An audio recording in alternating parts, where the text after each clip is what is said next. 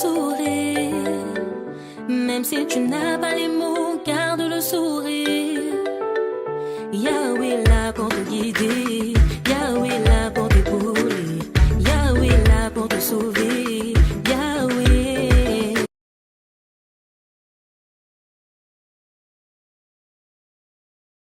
Bros and sis, avant de conclure, j'aimerais préciser qu'il est très important de savoir que Jésus-Christ n'est pas mort en martyr.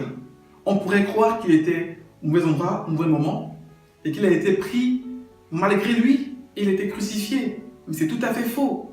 Christ a donné sa vie volontairement. On peut le voir en Jean chapitre 10 et au verset 18, qui nous dit « Personne ne me l'ôte, mais je la donne de moi-même. J'ai le pouvoir de la donner et j'ai le pouvoir de la reprendre. Tel est l'ordre que j'ai reçu de mon Père. » Jésus a donné sa vie volontairement. On peut voir même qu'il a annoncé à ses disciples en avance ce qui allait lui arriver. Regardons ensemble en Matthieu chapitre 20 à partir du verset 17. La Bible dit « Pendant que Jésus montait à Jérusalem, il prit à part les 12 disciples et leur dit en chemin « Voici, nous montons à Jérusalem, et le Fils de l'homme sera livré aux principaux sacrificateurs et aux scribes. Ils le condamneront à mort et ils le livreront aux païens pour qu'ils se moquent de lui, le battent de verge et le crucifient. Et le troisième jour, il ressuscitera. » Jésus était conscient du plan qui devait s'accomplir. Il n'est pas mort en martyr, mais il a volontairement donné sa vie pour nous. Et pourquoi a-t-il fait cela? Parce que tous ont péché et sont privés de la gloire de Dieu. Tous les hommes, nous avons tous péché, nous avons tous en nous la nature pécheresse et nous sommes donc tous privés de la gloire de Dieu. Romains 3, 23. Et Romains 6, 23 nous dit « Car le salaire du péché, c'est la mort. » Oui.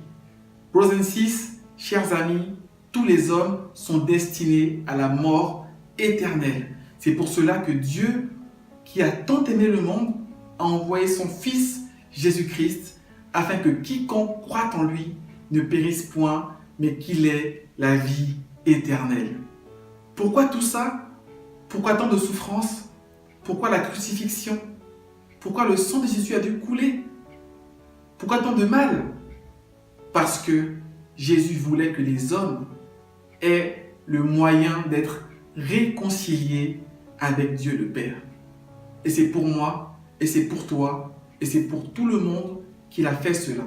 Mais seulement, il faut mettre votre foi dans la mort et dans la résurrection de Jésus-Christ, Dieu incarné. Car il est très important de noter que c'est l'objet de notre foi qui nous sauve, pas juste la foi. Certains diront, moi j'ai la foi, mais tu as la foi en qui? Est-ce que tu as la foi en Jésus-Christ, un simple prophète?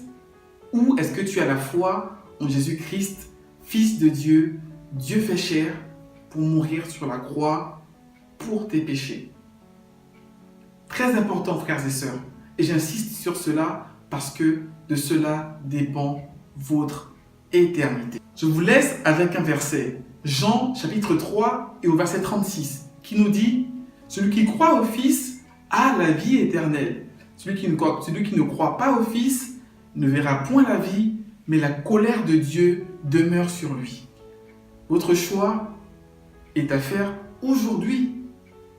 La vie éternelle, le paradis avec le Seigneur, si tu mets ta foi en Jésus-Christ dès aujourd'hui.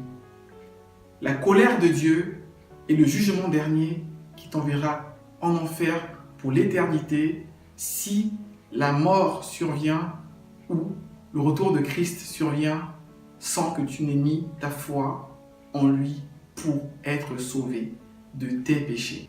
Merci bros and sis, merci friends d'avoir regardé cette vidéo. N'hésitez pas à la partager au max.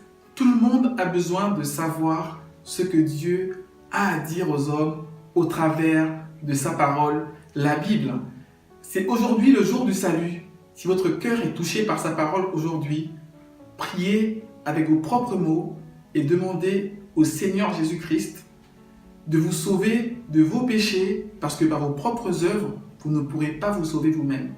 Reconnaissez que vous êtes pécheur et que Christ est mort et ressuscité et par la foi, vous serez sauvés. Amen. Que Dieu vous bénisse dans le nom puissant de notre Seigneur et Sauveur Jésus-Christ.